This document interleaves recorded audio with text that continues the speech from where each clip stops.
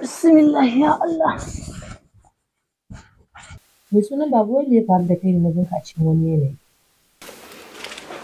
Kuma babu komai wallahi. Kawai dai.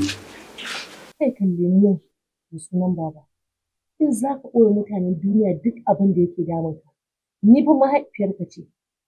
Ni ɗau cikinka na rene ka. Bai kamata ka ɓoye min matsalar ka ba. Me matsalar? Mahaifin na Jone ya ci min mutunci. Ya faɗa min munanan kalamu. Ƙarshe har da ce maye. Maye? Kawai saboda Allah ya jarabce ni da san yansa. Soyayya da ban da iko a kansa. Mai sunan baba. Dama na sani za a zo kan wannan ƙadam. Amma ba damuwa, kai ma ɗa ne kamar yadda kowa yake da gata. Ka nemi sana'a. Kaga idan kana da sana'a, ba ni wulaƙanta. Ni abin da nake so da kai, mai sunan baba, ka sa Allah a gaba. Kuma za ka ga Allah ya baka wacce ta fi maka komai a rayuwa.